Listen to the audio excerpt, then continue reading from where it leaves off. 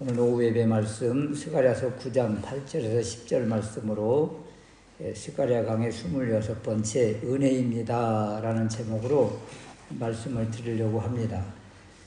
스가랴서 9장 1절에서 7절 말씀에 보면 이스라엘을 괴롭히고 학대하며 박해한 나라들에 대한 하나님의 심판, 이 심판은 양면성이 있어서 끝까지 경고의 말씀을 거부한 자들에게는 비참한 멸망이, 그 가운데서 회개하며 주님밖에 없다고 고백하면서 주님 앞에 나온 이들에게는 하나님의 자녀가 되는 특권을 주셨습니다.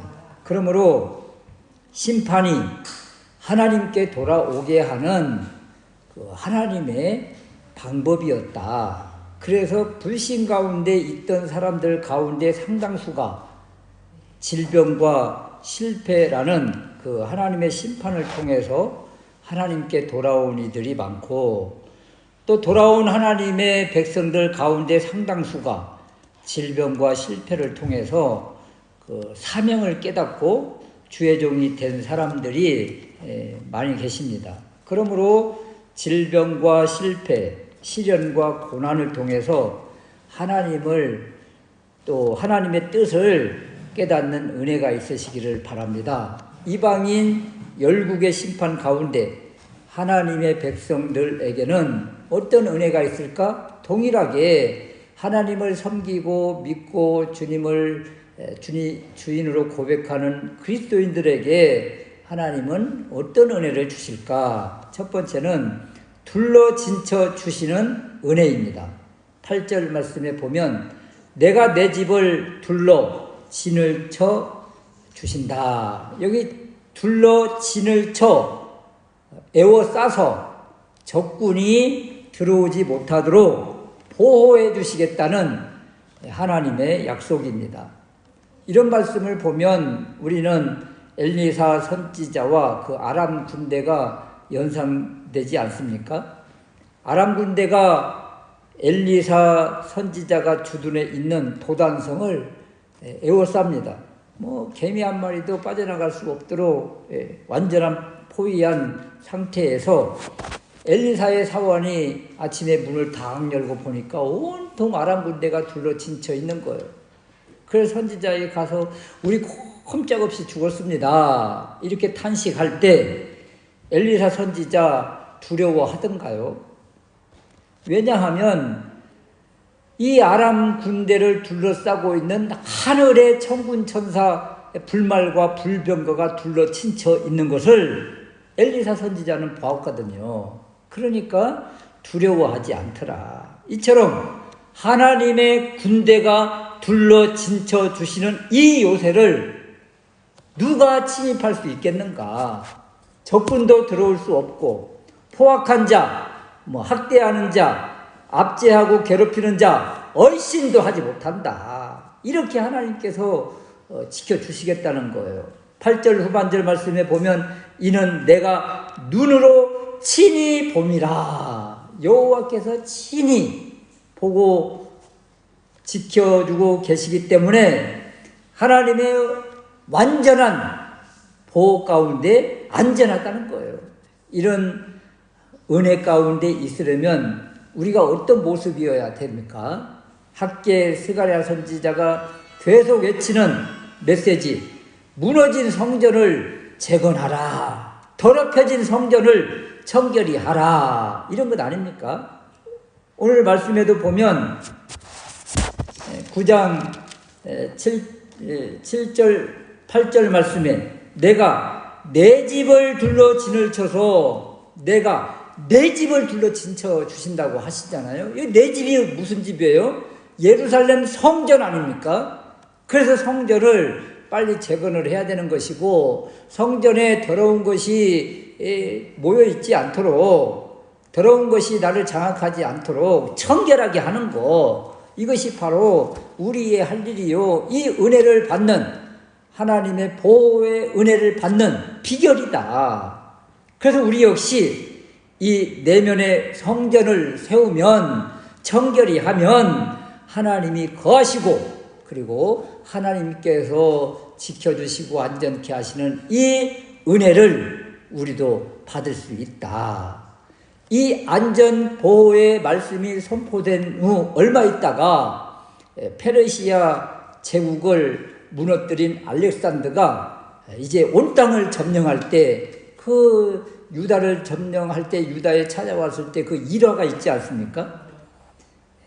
알렉산더가 예루살렘 부근에 침입할 때 이 대제사장들이 예복을 입고 많은 제사장 앞에서 알렉산더를 표시하는 그 대언을 왕에게 들려주었더니 왕이 감동해서 예루살렘을 침략하지 않고 유대인들에게 그 특전을 주었다고 합니다.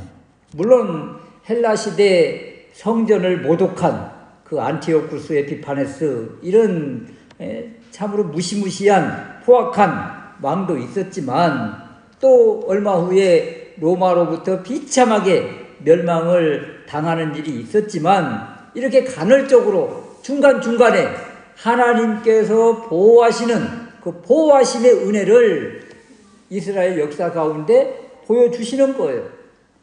그렇지만 물론 이 말씀의 완전한 성취는 우리 주님 다시 오실 그때이지만, 현재 살아가면서도 간헐적으로 이렇게 하나님께서 지켜주시고 보호하시는 은혜를 맛보게 하신다.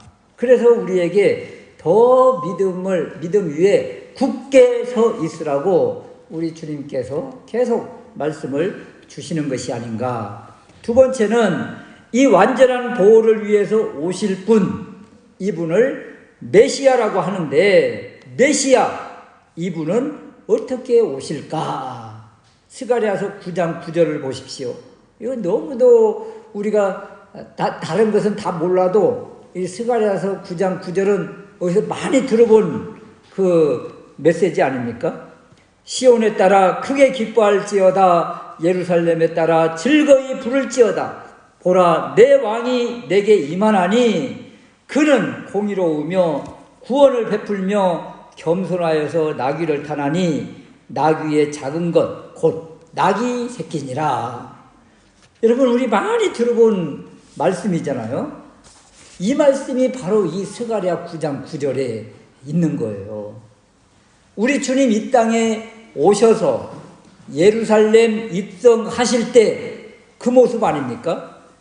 예수님께서 예루살렘에 입성하실 때 백성들이 종려가지를 흔들며 호산나 호산나 환호하며 외칠 때의 모습이 바로 시온에 따라 즐거이 부를지어다, 바로 이 모습이에요. 예루살렘에 따라 즐거이 부를지어다, 바로 이 모습이죠. 이 모습이 예수님 예루살렘에 입성하실 때 백성들이 호산나 호산나 외치면서 찬양할 때의 모습이라는 거죠. 이 모습을 바라보고 우리는 종려주일이라고도 하고, 바로 이 종려주일의 이 모습이 스가랴 9장 9절에 예언되어진 말씀이라.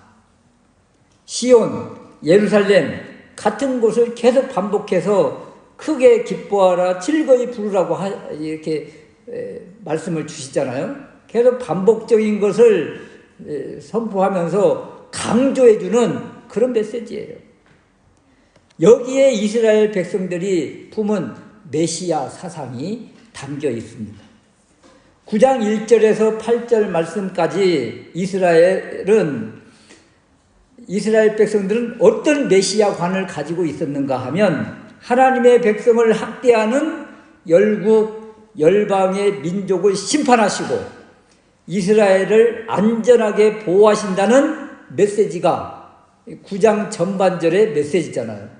그래서 이 메시지를 통해서, 그렇지, 우리 유대인들을, 이스라엘을 학대하는, 핍박하는 로마 군대를 물리치고 자유 해방을 주실 그 정치적인 메시아, 다윗 같은 메시아, 이 메시아 사상을 이스라엘 백성들은 품고 있었습니다.